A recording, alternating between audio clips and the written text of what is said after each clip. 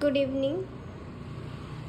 In the previous topic, we studied about the disintegration of the Soviet Union.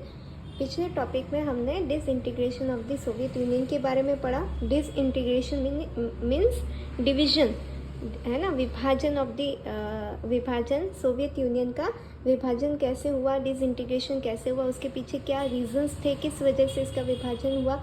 उसके 4 reason पढ़े थे. एक तो internal weakness of the Soviet political and economic institutions. Second reason अपन ने पढ़ा था वहाँ का एडमिनिस्ट्रेटिव एंड पॉलिटिकल, वहाँ का अरेंजमेंट्स जो थे वो.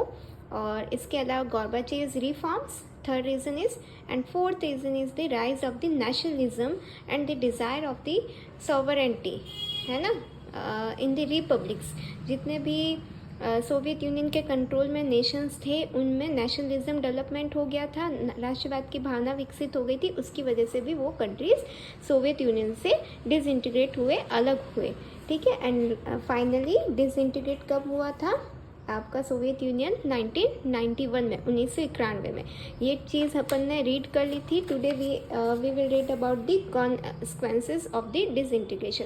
कॉन्सिक्वेंसेस होते हैं परिणाम, है ना. रिजल्ट्स, क्या रिजल्ट्स रहे, है ना, क्या परिणाम रहे सोवियत संघ के विभाजन के, क्या रिजल्ट्स थे, उस रिजल्ट्स के बारे में अपन पढ़ेंगे. कॉन्सिक्वेंसेस के बारे में अपन पढ़ेंगे. ठीक है. सो let's start. The collapse of the second world of the Soviet Union and the socialist system in Eastern Europe had profound consequences for the world politics, है ना. जैसे ही कोलैप्स हुआ यानी विभाजन हो गया, दूसरा विश्व, सेकंड वर्ल्ड किसको बोलेंगे? सोवियत यूनियन को. फर्स्ट वर्ल्ड इज यूएस, है ना. United states of America was called as the first world and Soviet Union was called as the second world of the Soviet Union. यानी जैसे Soviet union का विभाजन हुआ 10 और साथ में सोशलिस्ट सिस्टम का भी जो कोलैप्स हुआ था खासकर ईस्टर्न यूरोप में, उसकी वजह से बहुत सारे कॉन्सिक्वेंसेस हुए, परिणाम हुए वर्ल्ड पॉलिटिक्स पर, विश्व की राजनीति पर. Let us not here 3 bold kinds of the enduring changes that resulted from it, है ना. हम इस आगे आने वाले पार्ट में जो 3 मेन चेंजेस हुए थे वर्ल्ड पॉलिटिक्स पर, है ना, इस समय उसके बारे में पढ़ेंगे. दैट रिजल्टेड फ्रॉम इट, इसके परिणाम जो निकले 3 वो मेजर पढ़ेंगे. Each of this had a number of effect that we can not list here.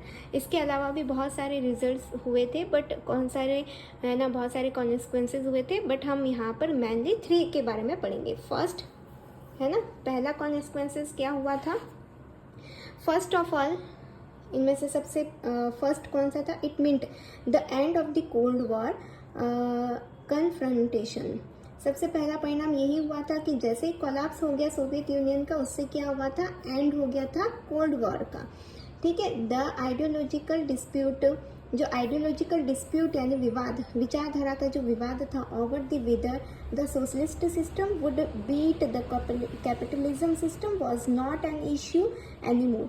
जो एक तरीका से कोल्ड वॉर था क्या? एक आइडियोलॉजिकल ही डिस्प्यूट था, है ना. ये वेपन्स का वॉर था ही नहीं, आइडियोलॉजिकल यानी विचारधारा का विवाद था दोनों कंट्रीज के बीच में, यूएस एंड आपका सोवियत यूनियन के बीच में, जिसमें सोवियत यूनियन का जो सोशलिस्ट सिस्टम था और उनका जो कैपिटलिज्म सिस्टम था, है ना, दोनों के बीच में एक तरीके से आइडियोलॉजिकल वॉर चल रहा था. Was not issue anymore. अब वो कोई इश्यू ही नहीं रहा क्योंकि सोशलिज्म ही पूरा कोलैप्स हो गया, खत्म हो गया. Since this dispute had endangered the military of the 2 blocks had, है ना, ट्रिगर्ड मैसिव आर्म रेस. इससे क्या हुआ था? दोनों जो भी कंट्रीज थे उसमें बहुत सारा मिलिट्री और आर्म रेस भी स्टार्ट हो गया था. And accumulation of the nuclear weapons, और दोनों कंट्रीज ने बहुत सारे वेपन्स बनाने भी स्टार्ट किए थे. वेपन्स को लेकर भी ये वॉर हो गया था. And had lead to the existence of the military blocs. इससे मिलिट्री ब्लॉक्स भी बन चुके थे. The end of the confrontation demanded an end of this arm race and a possible new peace. सबसे इम्पॉर्टेंट यही था कि जैसे ही डिसइंटीग्रेशन हुआ आपका सोवियत यूनियन का, उसकी वजह से क्या हुआ? कि ये जो रेस थी मिलिट्री को लेकर, आर्मी ब्लॉक को लेकर या अदर जो टॉपिक्स को लेकर है ना, वहाँ की जो आइडियोलॉजिकल सिस्टम्स है कैपिटलिज्म और उनको लेकर है ना, सोशलिज्म को लेकर है ना, ये सारा वो एक तरीके से एंड हो गया। और सबसे इम्पॉर्टेंट इससे सबसे बड़ा कॉन्सिक्वेंसेस क्या पड़ा कि वर्ल्ड में पीस है ना एस्टेब्लिश हो गया, शांति की स्थापना हो गई है ना। तो end of the cold war हुआ and establish the peace all over the world, पूरे वर्ल्ड में पीस है ना, शांति की स्थापना हुई। अब सेकंड इसका कॉन्सिक्वेंसेस क्या निकला, परिणाम क्या निकला, second power relations in the world politics change and therefore the relative influence of the idea and institutions also change है ना। इस समय क्या हुआ, power relation in the world politics change है ना, पूरे विश्व की पॉलिटिक्स चेंज हुई, ठीक है। और उसका आइडियाज़ पर, पूरे वर्ल्ड की पॉलिटिक की आइडिया पर, इंस्टीट्यूशन पर बहुत ज़्यादा परिवर्तन हुआ। The end of the cold war left often only two possibilities, either the remaining superpower would dominate and create a unipolar system है ना। इससे क्या हुआ, या तो ये हो कि जो सुपर पावर बचा है रिमेनिंग पीछे यूएस है ना, उसका पूरे वर्ल्ड पर डोमिनेट हो जाए और क्रिएट अ यूनिपोलर सिस्टम, कि भाई एक ध्रुव विश्व बन जाए। यूनिपोलर मतलब एक ध्रुव, बायोपोलर यानी बहुध्रुव। मतलब जैसे ही इस डिसइंटीग्रेशन हुआ सोवियत यूनियन का, क्या ऑप्शन था वर्ल्ड पॉलिटिक्स पर, या तो पूरे वर्ल्ड में क्या हो जाए, यूनिपोलर सिस्टम डेवलप हो जाए, मतलब एक ध्रुव व्यवस्था डेवलप हो जाए जिसमें आपका यूएस इंपॉर्टेंट होगा और डिफरेंट कंट्रीज और group of the countries could become important है ना, important players in the international system है ना। या फिर हो जाए और क्या ऑप्शन था, या फिर जो अलग अलग कंट्रीज थे वो बिकम इम्पॉर्टेंट हो जाए इंटरनेशनल लेवल पर, वो सब उनका भी जो है वो इम्पोर्टेंस बढ़ जाए, thereby bringing a multipolar system. इसको मल्टीपोलर सिस्टम कहेंगे। अगर मतलब दो ऑप्शन थे, या तो पूरा यूनिपोलर सिस्टम बन जाए जिसमें एक ही चेयर है पूरे वर्ल्ड में है ना, केवल यूएस का, या फिर मल्टीपावर सिस्टम एस्टेब्लिश हो जाए जिसमें केवल यूएस नहीं, यूएस के अलावा भी जो डिफरेंट कंट्रीज थे वो भी अब वर्ल्ड पॉलिटिक्स में अपना कॉन्ट्रीब्यूट करे, where no one power could dominate, जिसमें किसी का भी डोमिनेट ना हो। As it turned out the US become the sole super power. इसकी वजह से क्या ना लेकिन क्या हुआ था, यूएस क्या हो गया था, सुपर पावर बन गया था है ना, backed by the power and Prestige of US. इससे यूएस की पावर बहुत ज़्यादा डेवलप हो गई और एक तरीके से हम बोल सकते हैं इनडायरेक्टली क्या हुआ था, यूनिपोलर सिस्टम डेवलप हो गया था। The capitalism economy was now the dominate economic system internationally है ना। भाई दो ऑप्शन थे बट हुआ क्या, यूनिपोलर सिस्टम हो गया जिसमें यूएस डोमिनेट हो गया ऑल ओवर द वर्ल्ड में, और उनका जो सिस्टम था कैपिटलिज्म है ना, वो पूरे इंटरनेशनली लेवल पर अडॉप्ट किया गया अलग अलग कंट्रीज़ के through. Institutions like the World Bank and the International Monetary Fund become powerful advisor to all these countries since they gave them loan for their transitions and capitalism. इसके अलावा world में जो world bank है और आपका एक और international monetary fund, ये दोनों ही वर्ल्ड में इम्पॉर्टेंट हम बोल सकते हैं इंस्टीट्यूशन बन गए जो पूरे कंट्रीज़ को क्या प्रोवाइड करने लगे, लोन्स प्रोवाइड करने लगे। पॉलिटिकली द नेशंस है ना, notion of the liberal democracy emerged as the best way to organise political life. कुल मिला के वर्ल्ड में क्या इम्पैक्ट पड़ा, सेकेंड इम्पैक्ट क्या पड़ा इस डिसइंटीग्रेशन से कि यूएस जो है वो मोस्ट पावरफुल बन गया, यूनिपोलर सिस्टम हो गया, पूरे वर्ल्ड में जो है कैपिटलिज्म सिस्टम को अडॉप्ट कर लिया गया, और वर्ल्ड बैंक और जो भी है आपका इंटरनेशनल मॉनेटरी फंड जो है वर्ल्ड की फेमस इंस्टीट्यूशंस बन गए जो सभी कंट्रीज़ को लोन्स प्रोवाइड करने लग गए है ना। तो फर्स्ट कॉन्सिक्वेंस क्या हुआ, end of the cold war and establish the peace all over the world.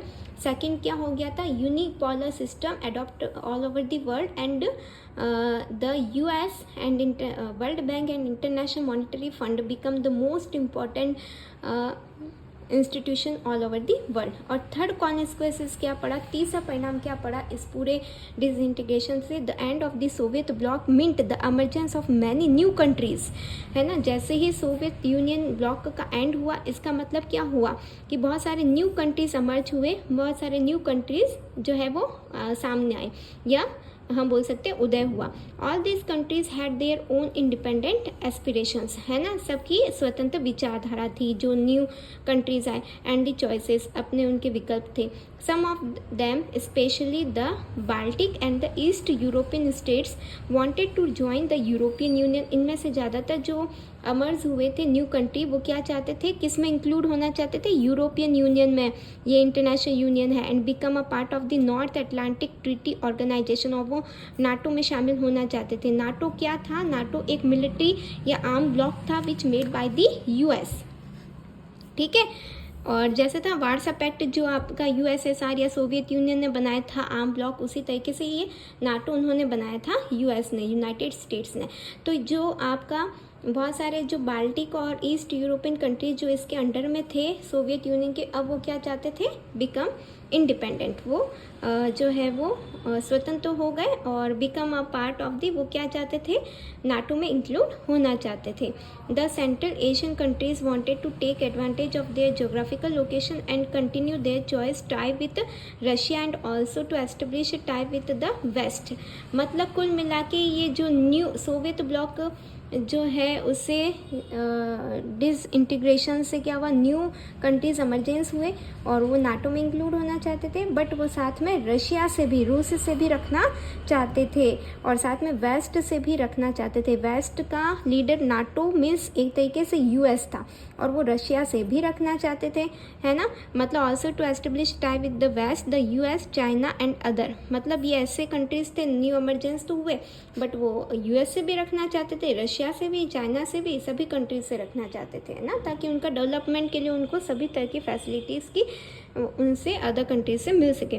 दस the international system so many new players emerge, है ना, each with its own identity, interest and economic and political difficulties. इस तरीके से हम बोल सकते हैं न्यू सोवियत ब्लॉक से जो जो न्यू कंट्री अलग हुए, उनके वो सब जो है वो उनके अलग पॉलिटिकल इकोनॉमिक इंटरेस्ट थे, उनके एस्पिरेशंस अलग थी, वो सबसे रखना चाहते थे, वो नाटो में भी इंक्लूड होना चाहते थे, वो रशिया से भी रखना चाहते थे, वो यूएस से, चाइना से, सबसे रखना चाहते थे। And economic and political difficulties, it is to these issues that we now turn. कुल मिला के 3 रिजल्ट्स हुए डिसइंटीग्रेशन से या इस विभाजन से। 3 रिजल्ट्स क्या हुआ, पहला रिजल्ट ये हुआ कि कोल्ड वॉर का एंड हो गया और वर्ल्ड में पीस एस्टेब्लिश हुआ।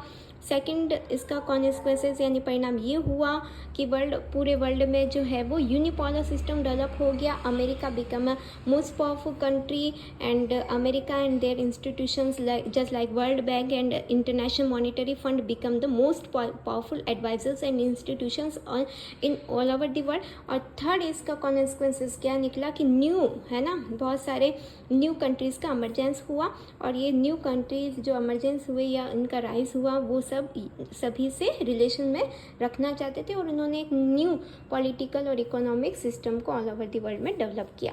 ये 3 कॉन्सिक्वेंसेस थे किसके, disintegration of the Soviet union. Okay, thank you.